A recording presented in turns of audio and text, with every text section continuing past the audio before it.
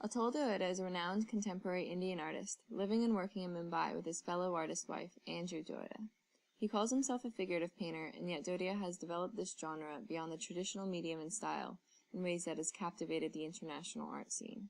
His diverse range of artworks that include oil on canvas, watercolors, and painted metal shutters are all populated with direct references from art history, Bollywood film, and other forms of pop culture to reveal a hybridity of influences that is reflective of the contemporary world that is increasingly being dominated by globalization. If one were to browse the bookshelves of his studio, one may find anything from pre-Renaissance to postmodern, from medieval tapestries from Europe to early German woodcuts, from Chinese calligraphy to Sankitian. It is the world around him that he is most interested in, and what comes through in his artwork. These varied influences are very much a result of being a child of the information age, in which computers have offered a way to instantaneously retrieve all sorts of information, images, and opportunities.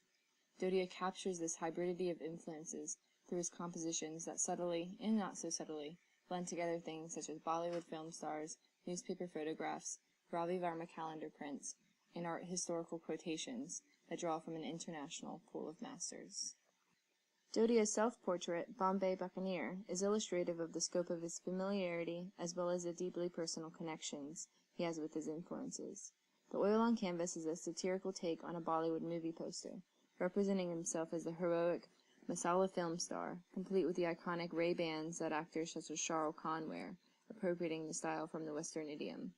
Reflected in these sunglasses, however, he paints the artists David Hockney and Bhupen Kaklar. These are two of the most influential artists for Dodiya, and could be seen as representatives of what has been generally recognized as cultural opposites, the East and the West. Hockney, being an English pop painter, hails from a Western tradition, while Kaklar is a modern painter of Dodiya's own homeland, India. He admires Bhupen Kaklar for painting India through his profound observations, executed with an almost awkward clarity. Dodiya is able to identify with the simple settings that Kaklar paints, yet he is also able to identify with Hockney's flat style and iconography. These are just two of the artists whom he constantly quotes, others including Duchamp, Picasso, and Jasper Johns, to name a few. Dodiya engages with these artists in a way that pays homage to them, while at the same time they are being recontextualized. His assemblage of quotations are really meant to create new meaning, while allowing the whole visual world to enter the work. Dodiya makes the point that he is creating a context in which they are to be seen, but that is not to say their individual contexts are unimportant. He is interested in each artist's own mediatic languages. The compilation of voices chosen by Dodiya within a single picture frame introduces to the viewer some fascinating encounters between iconic figures and allows for several histories to coexist. For instance, in his watercolor Bapu at René Black Gallery, a part of his series titled An Artist of Nonviolence, dedicated to his long-abiding influence Gandhi, there is an interesting encounter between Gandhi and the German conceptual artist Joseph Beuys. It features Gandhi walking into Beuys's performance with the coyote, I Like America, and America Likes Me. The series itself was inspired to speak to Dodiya's concern that although he can see Gandhi everywhere, especially in India where his face decorates the rupee note and every other road is named after him, the Gandhian philosophy of non-violence and love is no longer being internalized in the contemporary era. He sees Gandhi as one of the first conceptual artists, how his lifestyle and philosophies fit together into a cohesive aesthetic.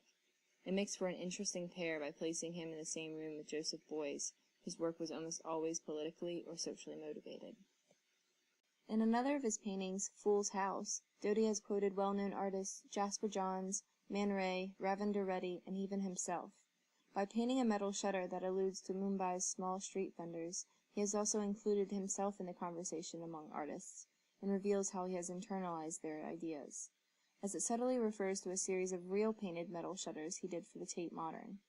Also, painted to look as if taped to the rolling shutter door, are a few photographs, one featuring the image of Man Ray's subtly terrifying iron, Cadeau, more equipped to violently cut than press smooth, and another featuring the signature sculpture head of Ravindra Reddy, depicted crying with tears splashing onto the map of India drawn below. The rest of the compiled image seems to pay homage to a number of works by Jasper Johns, particularly Ventriloquist, which acts as a sort of self-portrait for the artist. Johns is an artist similar to Dodiya who uses easily recognizable images in unique ways, to speak to his concern over the things that are seen but not looked at. Overall, the painting is a dynamic visual whose references point to a questioning of what one really sees, layered with the map of India as a personal touch and the title Fool's House written across the top. These elements add multiple layers and context within the work and affirms his claim that he likes to tease and puzzle the viewer with the imagery and with the title. It is all integral to his fascination with the possibility of multiple interpretations, for he is certainly aware of the problematic experience his work evokes for some people, a local viewer being familiar with one reference, yet completely unfamiliar with another, within the same painting. The simultaneous sense of familiarity and unfamiliarity is one that many cosmopolitan lives, among others, are becoming accustomed to, whether it be on the web, a random advertisement, or a neighbor you meet. It is the same phenomenon that Dodiya captures through his constant appropriation of images, artists, and icons.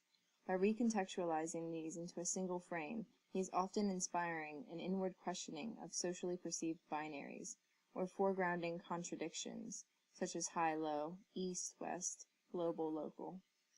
Dodiya reminds us that we can't forget that all these things were the result of sharing and talking, and having a dialogue with neighbors and surroundings, friends, family. While each of us have our own individual cultures and traditions, we also have this shared objective reality as an effect of globalization.